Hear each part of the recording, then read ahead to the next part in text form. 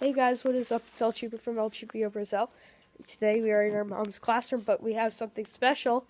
There's Australian animals and animals from around the world here. So yeah, we're gonna check them out.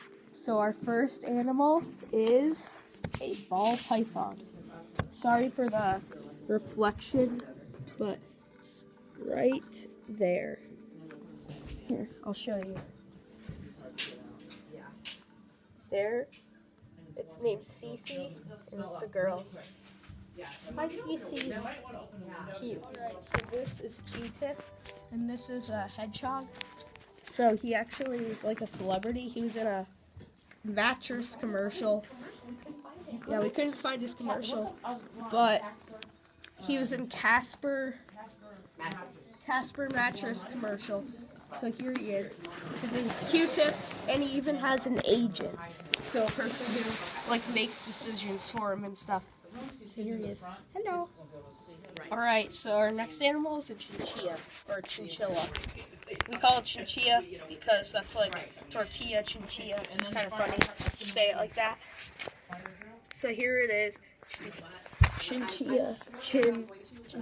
Yeah, I'll just say chinchilla. This is Chinny. So look at her. She's so fluffy. I felt her. Literally, they're the second softest animal in the animal kingdom. That's how fluffy they are. Alright, so next we have a bearded dragon. His name is Milo. He's right in there. It's a little bit blurry to see because he's in a plastic container. Can't take it off because there's humidity and stuff to keep him humid and stuff and warm. So he's right down there. You can see the outline of him. And he's like pretty small right now, but he's definitely going to get bigger. Last but not least, we have the kangaroo. Here is Dunkaroo, and he is a red kangaroo, which is the largest kangaroo. There's, I think, like two types, the gray and the red. And yeah, so I don't know if you guys can see him. Sorry, it's really dark.